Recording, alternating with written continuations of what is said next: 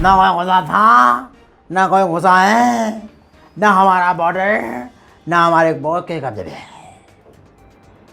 भाइयों बहनों, पिछले 2 साल से आप ये सुनते आ रहे हैं, ऐसा नहीं होता है, ऐसा नहीं होता है। एक के बदले 100 सर हम लेके आए। ये सारे डायलॉग बाजी आपने सुनी थी। मिट्टी के शेर के मुंह से आपने ये सारी बातें सुनी थी। अब सवाल ये होता है, चाइना लगातार भारत के खिलाफ कदम उठाते उठाते 56 इंच की छाती पर घुस गया है और ऐसे ऐसे कर छाती पर सिर्फ चढ़ा नहीं है, 56 इंच की छाती पर बैठ के घुसंड बजा रहा है। लेकिन मजाल है कि 56 इंच की छाती में आप कुछ फील भी हो, क्योंकि 56 इंच का कुछ हो तब ना दर्द हो। 56 इंच की जो चीज़ है वो पीठ है। हाँ, तभी तो मोदी जी अब चाइना पर कुछ बोल नहीं पा रहे हैं। उधर उनके गुलाम भक्त बेचारे कुछ कह ही नहीं पा रहे हैं। जो भारतीय बने फिरते हैं, कुल मिला के ये देखिए कि चाइना भारत के खिलाफ क्या क्या कर रहा है। इस पर बजाय चीन के खिलाफ कोई बयान देने के, मतलब कुछ नहीं कर सकते, बोल तो सकते हैं। बोल ही तो रहे हैं मोदी 2014 से, और कर क्या रहे हैं। इस रिपोर्ट में बहुत कुछ आपको सुनाऊंगा जो मोदी जी ने सिर्फ बोला है। जो वो बोला है वो मैं आपको सुनाऊंगा। तो जो वो काम करते हैं, जिस काम के लिए जाने जाते हैं कि खाली प्रॉम्प्ट के जरिए वो बोलते हैं, स्पीच बोल देते हैं, चीन के खिलाफ वो भी नहीं बोल पा रहे हैं। जिस काम के लिए वो जानते हैं वो भी काम फुस हो गया है। और सारी दुनिया इस पर नजर न रखे और सवाल न कर दे, इस बात को छुपाने के लिए, अपनी गद्दारी छुपाने के लिए अंधभक्त प्रोग्राम रन कर रहे हैं। क्या? हर घर तिरंगा। बताइए, जो ससुरा हुआ था आजादी में नंगा, उनके बच्चे आज चला रहे हैं अभियान हर घर तिरंगा। मजेदार बात तो यह है, नागपुर में जहां 52 साल तक तिरंगा नहीं लहराया गया, आज अपनी गद्दारी को छुपाने के लिए हर घर तिरंगा प्रोग्राम रन किया जा रहा है। सलाम, नमस्ते, सत श्री अकाल। मैं हूं रजा और आप देख रहे हैं रजा ग्राफिका इंटरनेशनल प्राइम टाइम शो, जिसके अंदर हम दुनिया भर की बड़ी बड़ी खबरें आपको बताते हैं। जो खबर गोदी मीडिया आपसे छुपाता है, हम आपको सीधी और सटीक बात सबूत के साथ आपको बता देते हैं। दोस्तों, जानकारी के लिए बता दूं कि सबसे बड़ी खबर यही है कि चाइना ने अब भारत के सिर्फ और सिर्फ 50 किलोमीटर दूर, जी हां, बहुत बड़ी बात बता रहा हूं। 50 किलोमीटर होता क्या है? सिर्फ और सिर्फ 50 किलोमीटर दूर भारत के खिलाफ अपने बेस को बनाकर, जो कई महीनों से बना रहा था, उस बेस को बनाकर उस बेस पर ड्रोन और मिसाइल तैनात कर दिए हैं। जी हां, आपकी स्क्रीन पर ये देखिए, ओपन सोर्स डेट्रेसवा के मुताबिक इंटरनेशनल ऑर्गेनाइजेशन ने ये वीडियो और फुटेज भी जारी की, लेकिन फुटेज आपको दिखा रहा हूं। दोस्तों, इस फुटेज के अंदर हर जगह मार्क की है, हेलीपैड भी नजर आ रहे हैं। इसके अलावा वहां पर बैडमिंटन जो है कोर्ट नजर आ रहा है, लॉन्चर पैड भी है और रडार रैंप भी वहां पर मौजूद है। बताया ये जा रहा है कि छोटे मोटे प्लेन भी यहां पर उतर सकते हैं, फाइटर हेलीकॉप्टर भी यहां पर लैंड कर सकते हैं। यानी सिर्फ 50 किलोमीटर दूरी पर भारत के खिलाफ इस पूरे अभियान को शुरू कर चुका है। जानकारी के मुताबिक, क्योंकि अंधभक्त जो लगातार सुबह शाम बासी मुंह गू तटक रहे हैं और जब गले में वो गू फंसता है तो उसको उतारने के लिए पेशाब पीते हैं, तो ऐसे लोगों को दिखाने के लिए, हालांकि उनका दिल दिमाग सब बर्बाद हो चुका है, लेकिन फिर भी गोबरखोरों को उनकी औकात दिखाने के लिए हिंदी का नव भारत टाइम्स का रिपोर्ट आपकी स्क्रीन पर लगा रहा हूं, क्योंकि ये गोदी मीडिया का है। गोदी मीडिया आज खुद लिख रहा है, चीन ने डोकलाम में भारतीय सीमा से मात्र 50 किलोमीटर दूर सतह से हवा में मार करने वाली मिसाइल को तैनात किया। सैटेलाइट तस्वीरों से बड़ा खुलासा। इसके अलावा ये 3 नीचे जो मेन लाइन लिखी है हाइलाइट्स, उसको पढ़ना जरूरी है। चीन ने भारतीय सीमा के 50 किलोमीटर दूर तैनात की मिसाइल। ये मिसाइल सतह से हवा में मार करने की क्षमता रखती है। गलवान घाटी तनाव के बाद इस बेस को बनाने में तेजी लाई गई थी। मजे की बात यह तेजी लाई गई थी, उस तेजी पर काम करते हुए आज पूरी तरह से काम पूरा हो चुका है और वहां पर मिसाइल को तैनात भी कराया जा चुका है। यानी भारत के खिलाफ चाइना ने मिसाइल तैनात कर दी है। लेकिन मोदी जी ने क्या किया है और उनके आंड भक्तों ने क्या किया है, किसी के पास कोई जवाब नहीं है। हाँ, उनके आंड भक्तों ने पूरे भारत में मुसलमानों के कत्लेआम की साजिश रची है। गद्दार आरएसएस ने चाइना के खिलाफ कभी एक शब्द नहीं बोला, सिर्फ मोदी जी को मजबूत करने में लगा हुआ है। मोदी जी को भगवान बनाने में आंड भक्त लगे हुए हैं। लेकिन हकीकत यह है कि उनके भगवान में इतनी ताकत नहीं कि चीन को रोक पाए। कमाल की बात यह है कि अपने धर्म का अपमान ये खुद करते हैं और इस देश का भी अपमान ये खुद कर रहे हैं। मैं तो कहता हूं नेहरू की गलती है सारी। ये चाइना लगातार ये जो कर रहा है, नेहरू की गलती है, क्योंकि 2014 से नेहरू की सरकार है, मोदी जी की सरकार थोड़ी ना है। मोदी जी तो सिर्फ अडानी और अंबानी से दोस्ती निभा रहे हैं। असली सरकार तो इनकी है, कांग्रेसियों की, और ये कांग्रेस की वजह से सारा काम हो रहा है ना। खैर दोस्तों, जलील हैं, बेगैरत हैं और बड़े कमजोर किस्म के ये इंसान हैं। ये कभी भी सच्चे भारतीय नहीं हो सकते। ये संघी, ये सिर्फ मुसलमानों के कत्लेआम की साजिश रचते हैं। और सिर्फ मुसलमानों नहीं, सिख हो, ईसाई हो और पिछड़ी जनजाति हो, SC SC हो, उनके कत्ल की साजिश रचना इनका सबसे बड़ा काम होता है। ये राष्ट्रभक्त नहीं है, राष्ट्रभक्त के नाम पर ये आतंकवादी हैं। वरना सोचिए, चीन के खिलाफ एक भी धरना प्रदर्शन करने की इनकी औकात नहीं, क्योंकि अगर चीन के खिलाफ ये बोलेंगे तो पापा को तकलीफ हो जाएगी, क्योंकि पापा ने खुद ही चाइना के साथ ऐसा झूला झूला था कि वो झूला आज तक हम पे भारी पड़ रहा है। जी हां, अब ये जो झूला इन्होंने झूला है, मोदी जी ने बहुत लंबा झूला झूल लिया, पूरे देश पर भारी पड़ रहा है। दोस्तों, कम से कम इन आंड भक्तों को अमेरिका से ही सीखना चाहिए। चाइना की लगातार धमकी के बावजूद कि अगर नैन्सी पॉलिसी, अगर ताइवान उतरी तो हम ये कर देंगे, हम वो कर देंगे, हम मिसाइल दाग देंगे, हम रॉकेट दाग देंगे, हम हमला कर देंगे, हम सब कुछ कहने के बावजूद अमेरिका की नैन्सी पॉलिसी ताइवान पहुंच गई। आपकी स्क्रीन पर यह एक्सक्लूसिव फुटेज लगा रहा हूं। नैन्सी पॉलिसी जब पहुंची तो बता दूं कि यह ताइवान के इतिहास में पहली बार हुआ है कि अमेरिका की इतनी बड़ी कोई नेता सीधा वहां पहुंची है। बाइडेन के बाद कमला हैरिस और कमला हैरिस के बाद तीसरी पोजीशन पर यह आती है नैन्सी पॉलिसी, जो अमेरिका की तीसरे नंबर की सबसे बड़ी लीडर है। आपकी स्क्रीन पर देखिए, ताइवान के विदेश मंत्री खुद उनको लेने के लिए पहुंचे थे, उनको रिसीव करने के लिए उनके साथ ताइवान के और भी बड़े बड़े लीडरान मौजूद थे। इतना ही नहीं, आपकी स्क्रीन पर ये देखिए, ताइवान की प्रेसिडेंट के साथ उन्होंने भी मुलाकात करी, काफी मुद्दों पर एक दूसरे से बात करी। देखिए और आनंद लीजिए इस एक्सक्लूसिव फुटेज का। 总统与佩洛西议长莅临，各位贵宾请起立。 Please rise. Ladies and gentlemen, the President and the Speaker have arrived.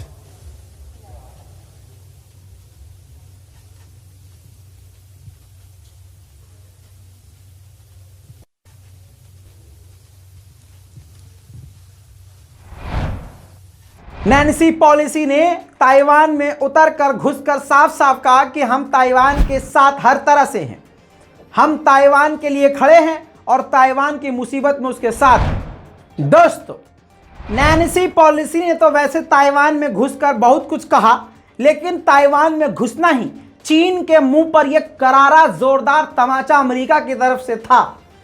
इसके बाद चाइना करता ही क्या, अगर दम होता तो सीधा हमला करता, लेकिन इतनी औकात अभी चाइना की है नहीं। यही बात भारत को भी सीखनी चाहिए। यही बात 56 इंच के मिट्टी के शेर को समझना चाहिए। दहाड़ नहीं सकता लेकिन गुर्राना तो चाहिए। कसम खा के कहता हूं, अगले 50 साल तक के लिए और बड़े बड़े फैन हो जाते हैं इनके, लेकिन नहीं। यहां तक कि चीन ने खुद माना है कि यह हमारी बेइज्जती हुई है और चीन ने कहा है कि हम अपनी बेइज्जती का बदला जरूर लेंगे। जबक चुपटे, बदला लेंगे लवड़ासुर। औकात होती तो तुम तभी कुछ करते। तुम सिर्फ जो है हमारे 56 इंच वाले पे ही भोग सकते हो, तुम्हारी औकात नहीं है कुछ, समझे। हाँ दोस्तों, चाइना ने यह भी कहा कि ये वन चाइना वन पॉलिसी का उल्लंघन है, इसका हम बदला जरूर लेंगे और अमेरिका को मुंह पे जवाब जरूर देंगे। मुझे तो बहुत गुस्सा आ रहा है इस पर। और चाइना के फॉरेन मिनिस्टर ने यह कहा है कि पूरी दुनिया में अमन और शांति का डिस्ट्रॉयर, उसको बर्बाद करने वाला, तबाही लाने वाला ये अमेरिका है और ताइवान को इसने भड़काने का काम किया है। अब दोस्तों, नैन्सी पॉलिसी तो अपना काम करके चली गई, लेकिन ताइवान को बड़ी मुसीबत में डाल दिया है। अब भड़क गया है चाइना का। आपकी स्क्रीन पर देखिए, ऑफिशियली ये डेटा जारी किया है। ये बीच में छोटा सा जो मैप है ये ताइवान है और चारों तरफ ये जो बॉक्स नजर आ रहे हैं, यहां चाइना चारों तरफ से मौजूद है और इसी जगह यानी ताइवान के चारों तरफ ताइवान को घेर कर मिलिट्री ड्रिल का ऐलान कर चुका है चाइना। इस बात को कंफर्म खुद ताइवान ने भी कर दिया है। ताइवान ने ये नोटिफिकेशन जारी करके कहा है कि चीन ने हमारे एयर स्पेस और हमारे समुद्री रास्ते को ब्लॉक करना शुरू कर दिया है। इतना ही नहीं, इन सब के बावजूद चाइना ने अपने DF-17 के अलावा एडवांस लेवल के मिसाइल और रॉकेट और बड़े बड़े हथियार ताइवान की तरफ भेजना शुरू कर दिए हैं। देखिए सबूत।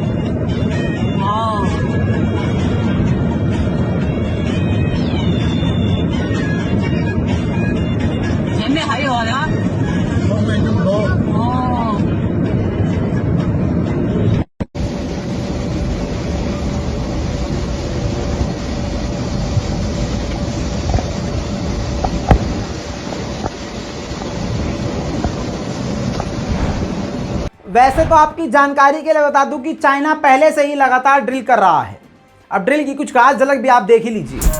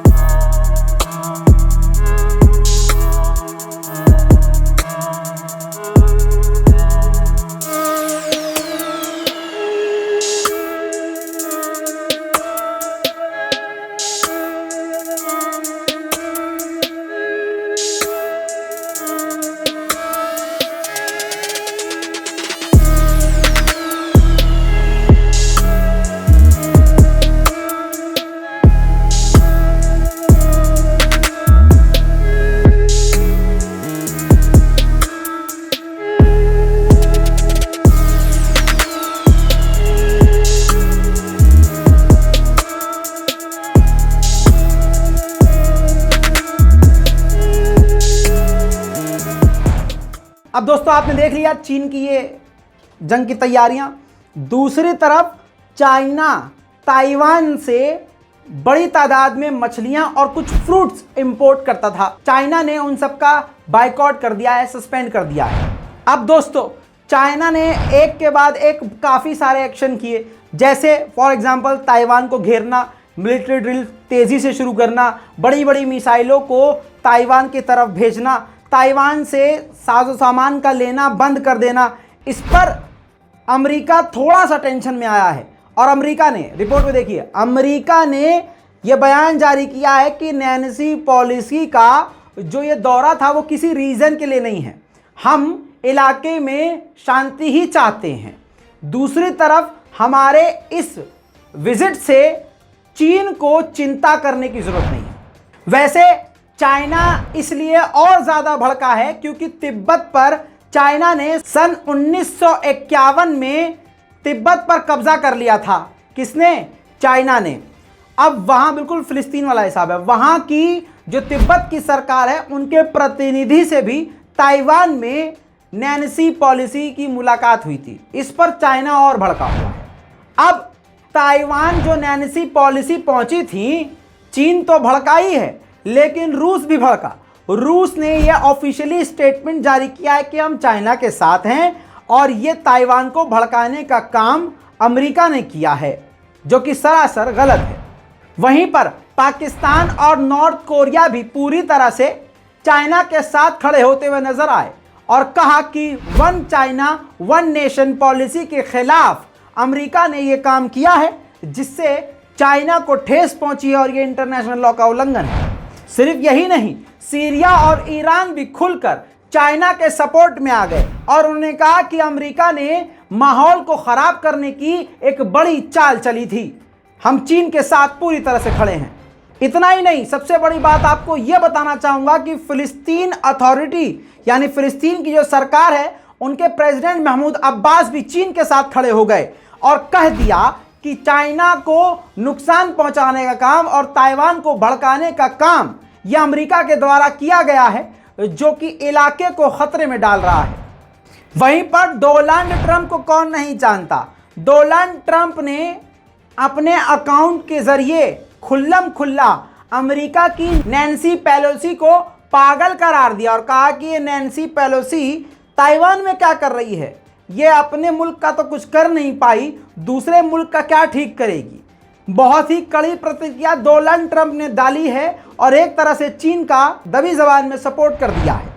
दोस्तों, इन सबके बाद जब नैन्सी पेलोसी ताइवान से वापस अमेरिका गई तो अचानक चाइना के 21 फाइटर जेट जहाज ताइवान के वायु सीमा के अंदर घुस गए और इंटरनेशनल लॉ का वायलेशन करते हुए दंदनाते रहे और अपनी मनमर्जी से वापस चले गए। दोस्तों, पाकिस्तान में बाढ़ चल रही है, आपको मालूम है। बाढ़ में राहत के लिए काम करने वाले पाक एयरफोर्स के कई सारे एयरक्राफ्ट लगे हुए हैं, जिसमें हेलीकॉप्टर भी हैं। एक हेलीकॉप्टर गायब हो गया अचानक ही उस बाढ़ में राहत का काम करते करते।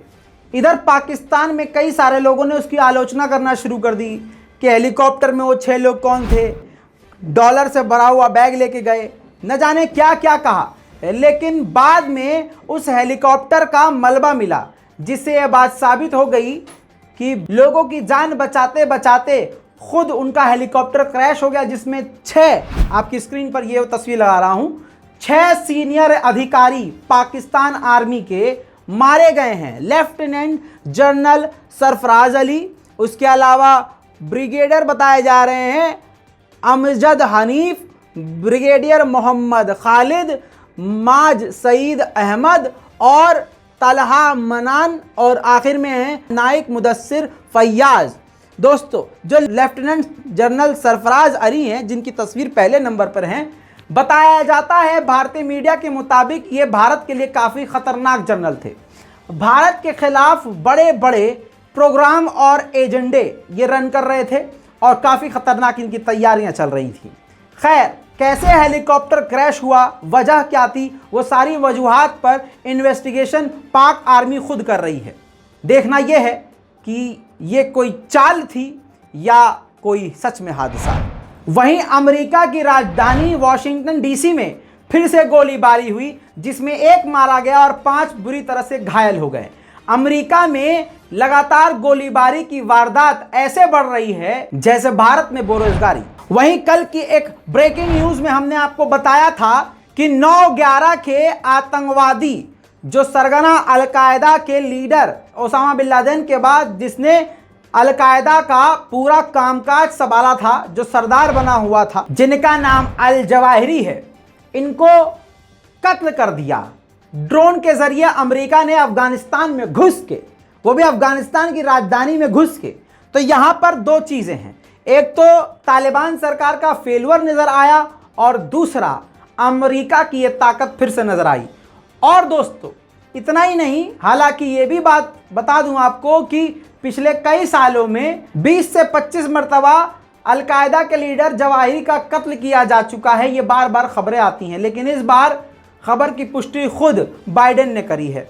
अब इसके बाद तालिबान भड़का हुआ है। तालिबान के लीडर ने, आपकी स्क्रीन पर ये उनका बयान है, लीडर ने काफ़ी ज़्यादा आलोचना करी है और कहा कि जहां हमारा दोहा में एग्रीमेंट हुआ था अमेरिका के साथ, ये उसका उल्लंघन है। हमारे देश के अंदर घुसकर हमारी इजाज़त के बिना हमारे नागरिकों के ऊपर ड्रोन हमला अमेरिका ने किया है, जो कि सरासर गलत है और पॉलिसी का उल्लंघन है।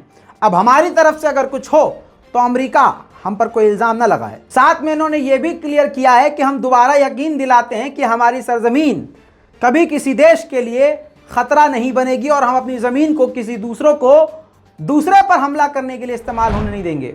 दोस्तों, अलकायदा के सुप्रीम लीडर के मौत के बाद, उनके कत्ल के बाद तालिबान में हड़कंप मचा हुआ है। आपकी स्क्रीन पर यह रिपोर्ट देखिए, सारे तालिबानी इकट्ठा हो रहे हैं। बड़े से बड़े तालिबान के लीडर और तालिबान के लड़ाके एक जगह पर इकट्ठा हो रहे हैं और मीटिंग हो रही है। अब अलकायदा बिना माँ बाप के हो चुका है, कोई लीडर नहीं है। तो भारत के लिए अब डर नया बन चुका है कि अलकायदा के जो मेंबर्स हैं वो ISIS में दाखिल हो सकते हैं और ISIS में शामिल होकर भारत के खिलाफ बड़ी साजिशें रच सकते हैं। दोस्तों, आपको बता दूं कि ये ISIS तालिबान के लिए भी बड़ा खतरा है। इसका लाइव एग्जाम्पल ये है कि तालिबानियों के खिलाफ ISIS ने माइंस बिछा रखी थी, जिसपे से जब तालिबानियों का ट्रक गुजरा तो ट्रक पूरी तरह से ब्लास्ट हो गया। जिस ट्रक में मौजूद 4 तालिबानी तुरंत मौके पर ही मारे गए। दोस्तों, इसी के साथ मैंने जो 3 दिन पहले बताई थी उसकी और एडिशनल जानकारी आई है। दोबारा से आर्मीनिया ने अजरबैजान के बॉर्डर पर फायरिंग करी है, लिंचिंग की जगह पर फायरिंग करी है। जगह का नाम लिंचिंग है, वहां पर हमला किया जिसमें अजरबैजान का एक फौजी मारा गया है। दोस्तों, ये थी इंटरनेशनल रिपोर्ट, अभी तक की दुनिया भर की बड़ी बड़ी खबरें। हमारी मेहनत को अगर आप थोड़ा सा सहारा देंगे, थोड़ी सी दुआ देंगे तो हमें बड़ा सुकून मिलेगा। दुआ देने के लिए कुछ नहीं करना है, दोनों हाथ को उठाना है, या हाथ ना उठाएं तो आंखों को बंद करके परवरदिगार से हमारे लिए थोड़ी दुआ कीजिए। नीचे कमेंट्स में हमारे लिए थोड़े से अच्छे शब्द लिख दीजिए ताकि हमारे एडिटर, हमारी टीम और आपके इस रज़ा भाई को थोड़ी सी हिम्मत मिले। मैं हूं रज़ा और आप देख रहे हैं रज़ाग्राफी। जय हिंद।